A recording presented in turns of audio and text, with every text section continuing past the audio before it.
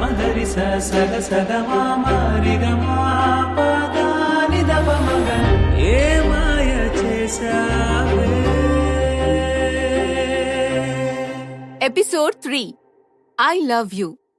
ఆకాంక్షతో cases గురించి మాట్లాడ్డానికి వెళ్లిన రోహన్ వాటి గురించి మాట్లాడకుండా 5 ఏళ్ల క్రితంలాగా మధ్యలో వదిలేసి వెళ్ళిపోవు కదా అని ప్రశ్నిస్తాడు. అతని మాటలకి ఆకాంక్ష షాక్ అయినా వెంటనే నార్మల్ అయ్యింది. పర్సనల్ లైఫ్ గురించి పక్కన పెట్టేసి కేస్ గురించి మాట్లాడుకుంటే బెటర్. నేను మీకు ఇంత పెద్ద రెస్పాన్సిబిలిటీ ఇస్తున్నాను కదా, సో మధ్యలో మోసం చేసి వెళ్లిపోతారో లేదో తెలుసుకోవటం నా బాధ్యత. లేదంటే మళ్ళీ నష్టం నాకే కదా. పైగా ఈ 5 ఏళ్లలో నేను నా లైఫ్ లో చాలా ముందుకు వెళ్ళిపోయాను. అలాగే ఎన్నో నేర్చుకున్నాను కూడా. మిస్టర్ రోహన్, మీ పర్సనల్ లైఫ్ గురించి తెలుసుకోవడానికి నాకు ఎటువంటి ఇంట్రెస్ట్ లేదు. నేను ఇక్కడికి కేవలం వర్క్ చేయడానికి వచ్చాను. లాయర్ని నేను కాబట్టి నా వర్క్ ఏంటో నాకు బాగా తెలుసు. ఒకరు నాకు నేర్పించాల్సిన అవసరం లేదు. అది కాకుండా నన్ను ఇప్పటిదాకా ఏ కేసుని కూడా మధ్యలో వదిలేసి వెళ్ళిపోలేదు. ఆకాంక్ష ఒక ప్రొఫెషనల్ వేలో రిప్లై ఇస్తుంటే రోహన్ చాలా ఆశ్చర్యానికి గురవుతున్నాడు.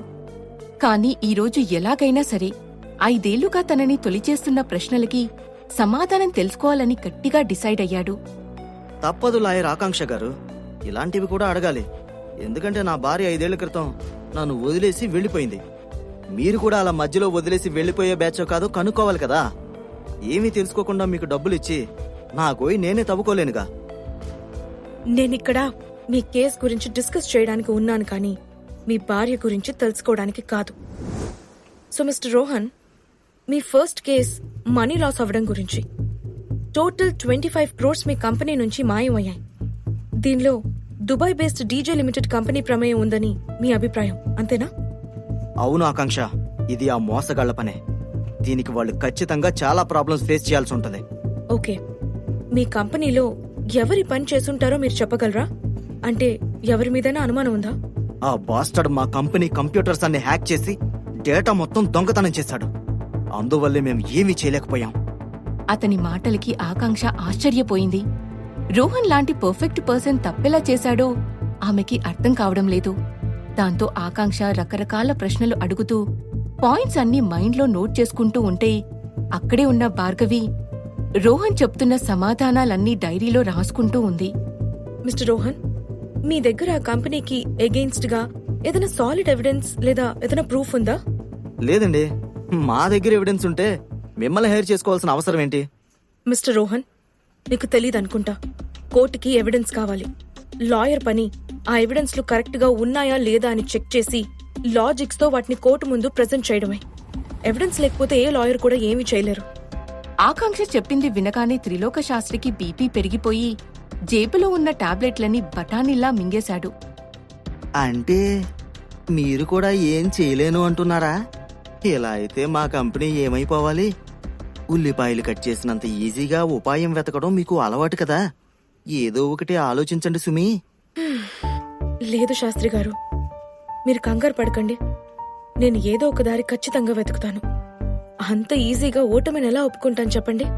ఆకాంక్ష సమాధానం విన్నాక అందరికీ ఆమె మీద ఎక్స్పెక్టేషన్స్ మరింత పెరిగిపోయాయి.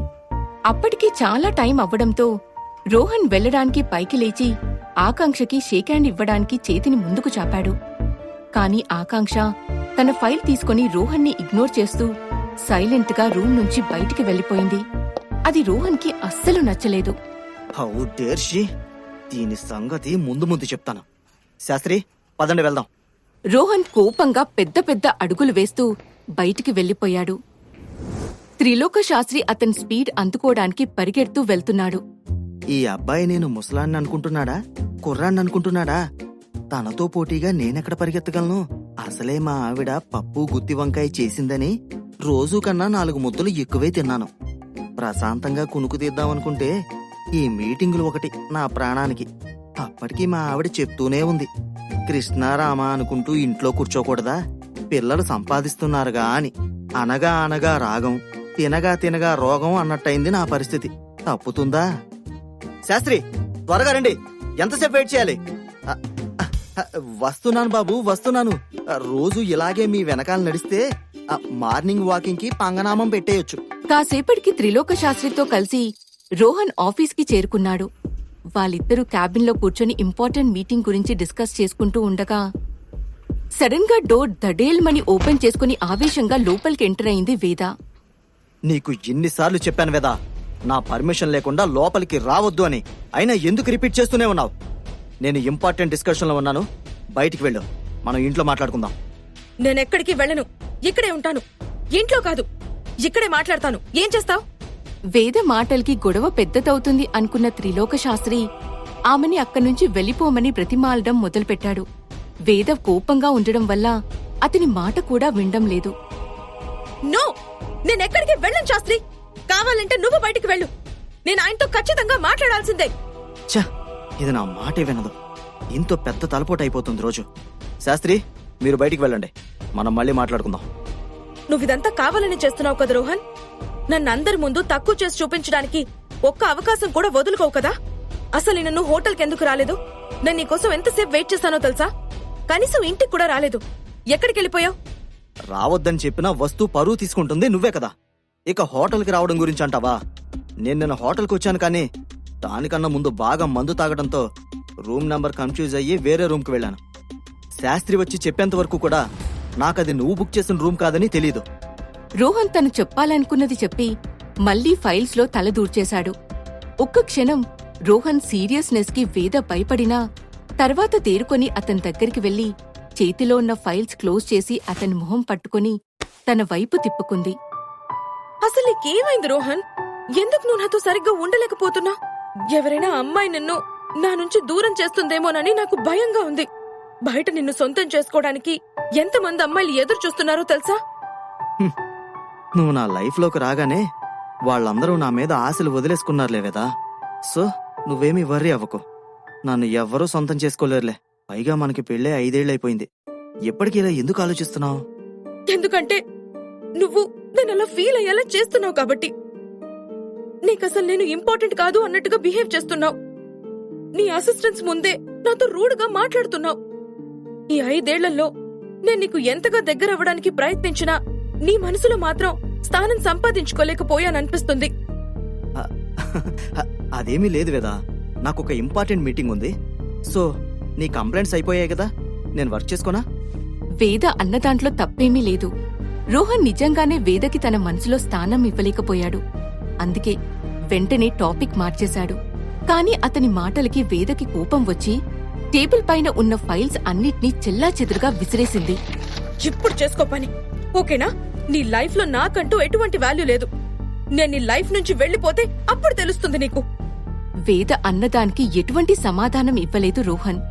దాంతో ఆమె కోపంగా ఆ రూమ్ నుంచి బయటికి వెళ్లిపోయింది. బయట ఉన్న త్రిలోక శాస్త్రి వేద కోపంగా వెళ్లడం చూసి తలదించుకున్నాడు. సరిగ్గా అప్పుడే రోహన్ బెల్ ప్రెస్ చేసి త్రిలోక శాస్త్రిని ఇంకా కమిటీ మెంబర్స్ని అందర్నీ లోపలికి రమ్మని చెప్పాడు. శాస్త్రి, ఇంకోసారి వర్కింగ్ టైంలో ఎవరైనా లోపలికి వచ్చారంటే మాత్రం ముందు నీ ఉద్యోగం పోతుంది. ఈయనొకడు ఉరిమి ఉరిమి మంగళం మీద పడినట్టు కోపం వచ్చిన ప్రతిసారి నా మీద విరుచుకుపడతాడు. సరే సార్, ఫైల్స్ అన్ని రెడీగా ఉన్నాయా? ఇంకోసారి జాగ్రత్తగా చెక్ చేయండి, ఏది మిస్ అవ్వడానికి వీల్లేదు. ఇది మనకి చాలా ఇంపార్టెంట్. ఇందులో కానీ మనం ఫెయిల్ అయ్యామంటే కంపెనీకి మూసేయాల్సిందే. సార్, నేను అన్ని ఫైల్స్ చెక్ చేశాను. ఈ రోజు మీటింగ్ తర్వాత ఏదైతే అప్డేట్ వస్తుందో దానికి కూడా మేమంతా రెడీగా ఉన్నాము. సరే పదండి, ఇక మీటింగ్ వెళ్దాం. ఇది కాకుండా ఆకాంక్ష అడిగినట్టు డీజే కంపెనీకి వ్యతిరేకంగా ఏదైనా ఎవిడెన్స్ దొరుకుతుందేమో ట్రై చేయండి. తర్వాత రోజు రోహన్ వాళ్ళ దగ్గర ఉన్న మరికొన్ని డీటెయిల్స్ తీసుకొని ఆకాంక్షని కలవడానికి శాస్త్రితో కలిసి లా ఫామ్ కి చేరుకున్నాడు. ముందు రోజులానే ఆకాంక్ష ప్రొఫెషనల్ గా ఉంది తప్ప పర్సనల్ మాటల్కి ఛాన్స్ ఇవ్వలేదు. కాసేపటికి మీటింగ్ ఎండ్ అవ్వడంతో అందరూ రూమ్ నుంచి బయటికి వెళ్లడానికి పైకి లేచారు. ఆకాంక్షతో ఏదో మాట్లాడ్డానికి రోహన్ ప్రయత్నించినా ఆమె అతన్ని పట్టించుకోకుండా అక్కడ్నుంచి వెళ్లిపోయింది. అది రోహన్కి అస్సలు నచ్చక శాస్త్రితో కలిసి కోపంగా క్యాబిన్ బయటికి నడిచాడు. శాస్త్రి, రేపటి నుంచి ఈ కేసుకి సంబంధించినవన్నీ మీరే చూసుకోండి. మామూలుగా మాట్లాడడానికి ట్రై చేస్తున్నా కూడా ఓవర్ యాక్షన్ చేస్తుంది. కేసు గెలవకపోని అప్పుడు చెప్తాను. సరే సార్, నేను చూసుకుంటాను. కానీ మీరేం అనుకోనంటే ఒక సందేహం. అసలు ఆ అమ్మాయితో మీరు మళ్ళీ మామూలుగా ఉండటానికి ఎందుకు ప్రయత్నిస్తున్నారు? తనంటే మీకు కోపం కదా? అదంటే కోపం కాదు, అసహ్యం, ద్వేషం అన్నీ నన్నే మోసం చేసి వెళ్ళిపోయింది. దాని గురించి నేనెందుకు పట్టించుకుంటాను? కేవలం కేసెస్ గురించే నార్మల్గా ఉండటానికి ట్రై చేస్తున్నాను. బట్ తను ఫోజులు కొడుతుంది. సర్లే, ఆ మోసగత్త గురించి మనకెందుకు, వదిలేయండి. ఆ హోటల్లోని అమ్మాయి సంగతి ఏమైంది? ఇదే నోటి దూలా అంటే అనవసరంగా కెలికాను. ఆ అమ్మాయి డీటెయిల్స్ సంగతి పక్కన పెడితే ఆ ట్రైనీ లాయరీ డీటెయిల్సే తెలియలేదు. ఇప్పుడేం చెప్పాలి? శాస్త్రి, అడిగిన దానికి సమాధానం చెప్పకుండా మీలో మీరు గొనుక్కుంటున్నారేంటి? శాస్త్రి ఏదో సమాధానం చెప్పేలోపు రోహన్ దృష్టి ఒక చేత్తో ఫైల్స్, మరొక చేత్తో లాయర్ కోట్ పట్టుకుని అందంగా మెరిసిపోతూ కారు వైపు వెళ్తున్న ఆకాంక్ష మీద పడింది. వారిద్దరి పరిచయం, ప్రయాణం, ప్రేమ, పెళ్లి, మర్చిపోని ఎన్నో జ్ఞాపకాలు కళ్ల ముందు కదిలాడుతుంటే 5 ఏళ్ల ముందు ఏకాంతంగా ఉన్న సమయంలో ఆకాంక్షని ఒడిలో కూర్చోపెట్టుకుని ఆమెని వర్ణిస్తూ డైరీలో రాసిన మధురమైన పదాలు గుర్తొచ్చాయి. ఊరించే ప్రియతమా, ఊహించని పలుకుల అర్థమా, కరిగించే కాలమా, కనిపించని గాలికి రూపమా, కవ్వించే నేస్తమా, నా మనసుని తడిపిన పువ్వుల వర్షమా. రోహన్ ఏదో ట్రాన్స్లో ఆమెనే చూస్తూ డైరెక్ట్గా దగ్గరికి వెళ్లడంతో ఆకాంక్ష ఏంటి అన్నట్టుగా చూసింది. రోహన్ ఆమెకి మరింత దగ్గరగా వెళ్లి కళ్ళలోకి సూటిగా చూశాడు. I love you.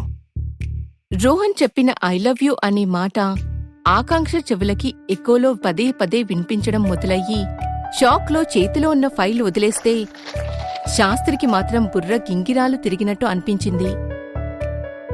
రోహన్ సడన్గా ఐ లవ్ యూ ఎందుకు చెప్పాడు? అతను ఆకాంక్షని మళ్లీ మోసం చేయడానికి ప్రయత్నిస్తున్నాడా? 5 ఏళ్లు గడిచినా రోహన్ వేదకి ఎందుకు క్లోజ్ అవ్వలేకపోయాడు? ఆకాంక్ష రోహన్ మళ్లీ కలిశారని తెలిస్తే వేద రియాక్షన్ ఎలా ఉంటుంది? ఇలా ఆసక్తికరమైన కథనంతో ఊహించని మలుపులతో సాగే ఏం మాయ చేశావే స్టోరీ వినండి ఓన్లీ ఆన్ పాకెట్.